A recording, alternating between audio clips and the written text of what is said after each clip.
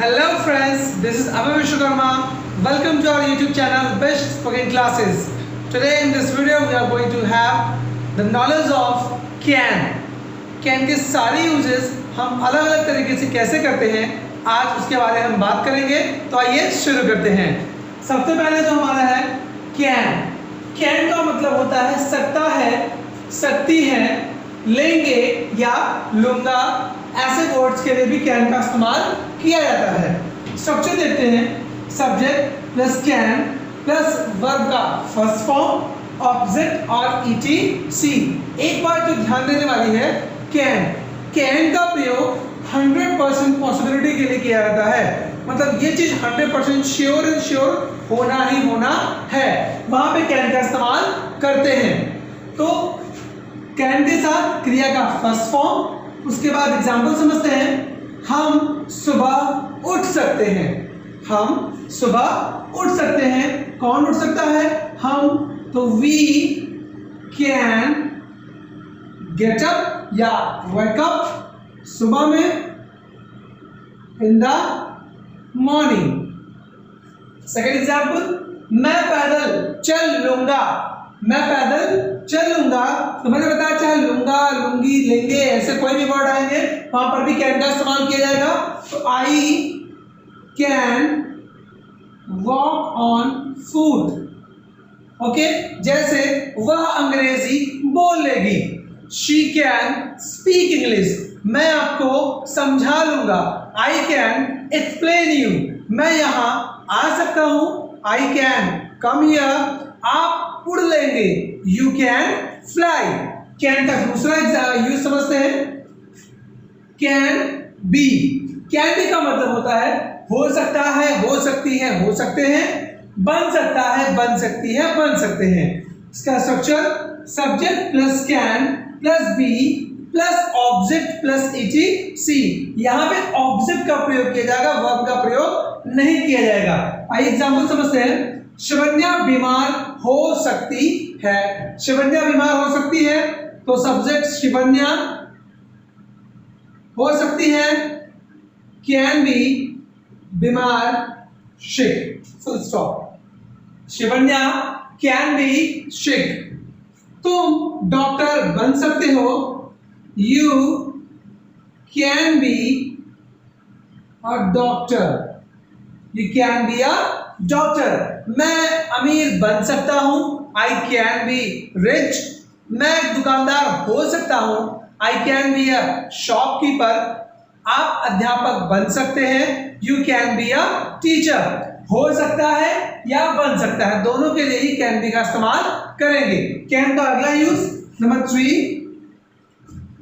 Can be. रहा होगा, रही होगी, रहे होंगे। कैन बी का दूसरा यूज कर सकते हो, कैन का तीसरा यूज। कैन बी रहा होगा, रही होगी, रहे होंगे, कॉन्टिन्यूअस फॉर्म के लिए इस्तेमाल किया जाएगा। Subject plus can be plus V plus object plus etc.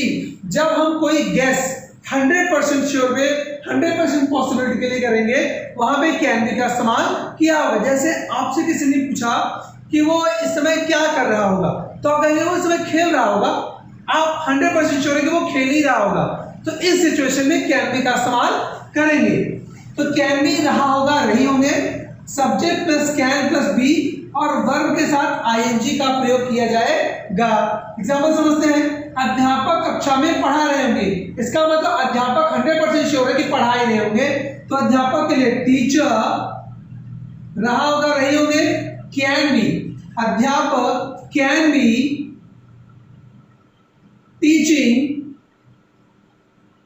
In the class, अध्यापक can be teaching in the class. दादी घर पर टीवी देख रही होगी। आपसे किसी ने पूछा दादी क्या कर रही है, तो आपको बोला दादी इस समय टीवी देख रही होगी, आप 100% श्योर हैं। तो दादी के लिए grand mother,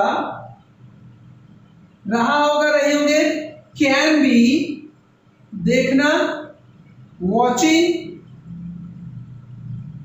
television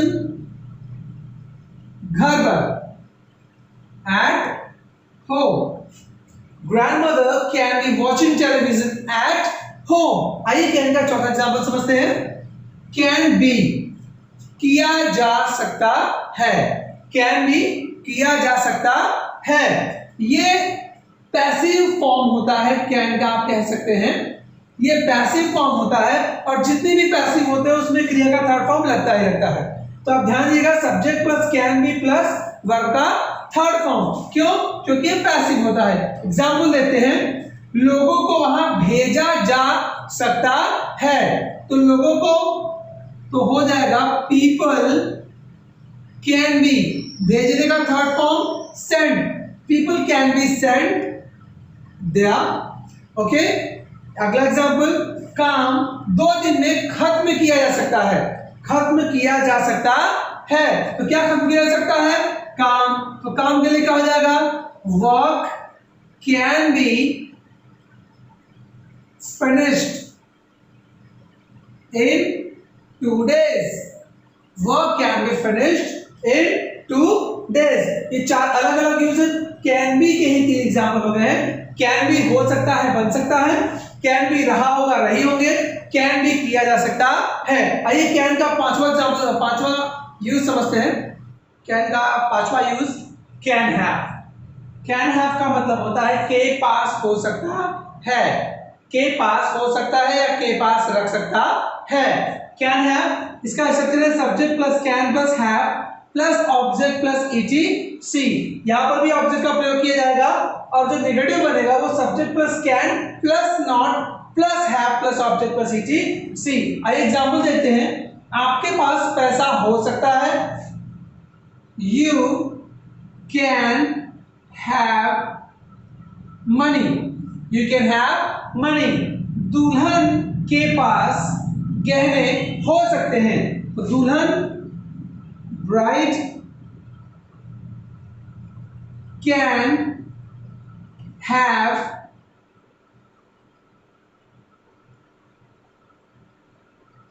jewellery, bride can have jewellery.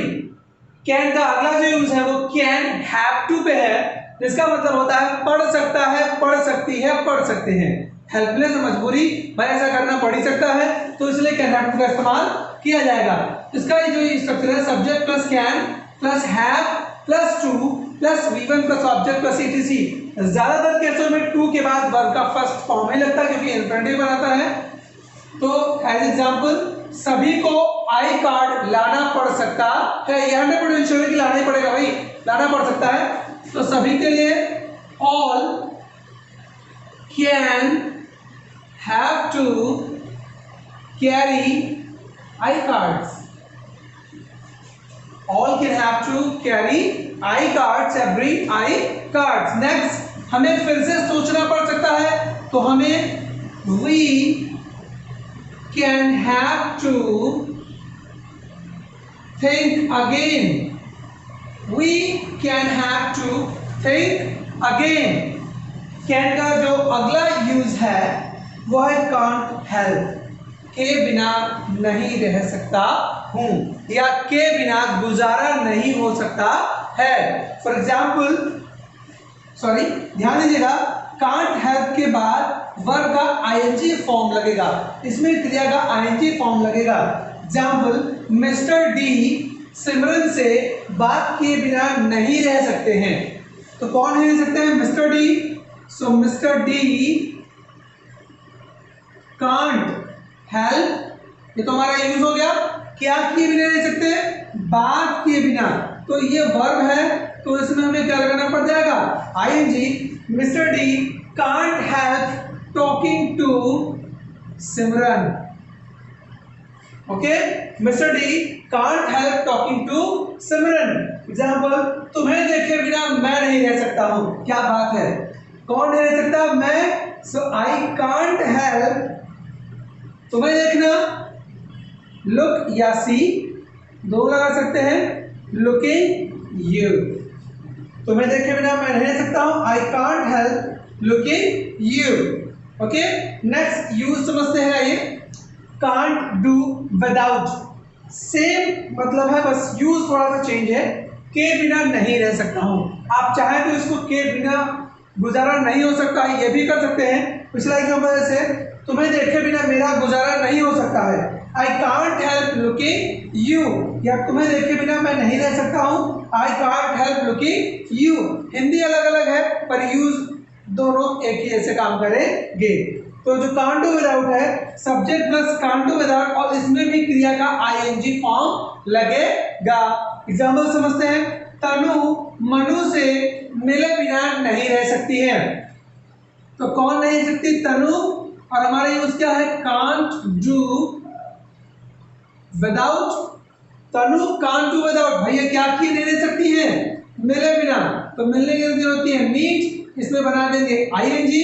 किससे मिले बिना? मीटिंग मनु, बड़ा गहरा प्रेम है भाई। तनु मनु से मिले बिना नहीं रह सकती है। Tanu can't do without meeting Manu.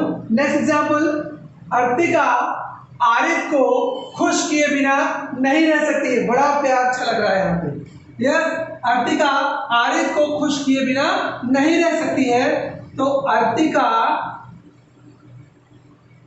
Can't do without, क्या किया गया भैया? खुश किए बिना। तो खुश करने का होता है make happy, make Arif happy. Okay, Artika can't do without make Arif happy. जैसे मैं अंग्रेजी बोले बिना नहीं रह सकता हूं। I can't do without speaking English, या I can't help speaking English. जैसे मम्मी से बात किए बिना मेरा गुजारा नहीं हो सकता है। आई कांट हेल्प या I can't do without talking to mom. उम्मीद करता हूं आपको सारे ये यूज समझ में आए होंगे। ऐसे ही और वीडियोस पाने के लिए वीडियो को लाइक, शेयर, कमेंट और सब्सक्राइब जरूर करें। अगली वीडियो के लिए इंतजार करिएगा। तब तक के लिए जय हिंद।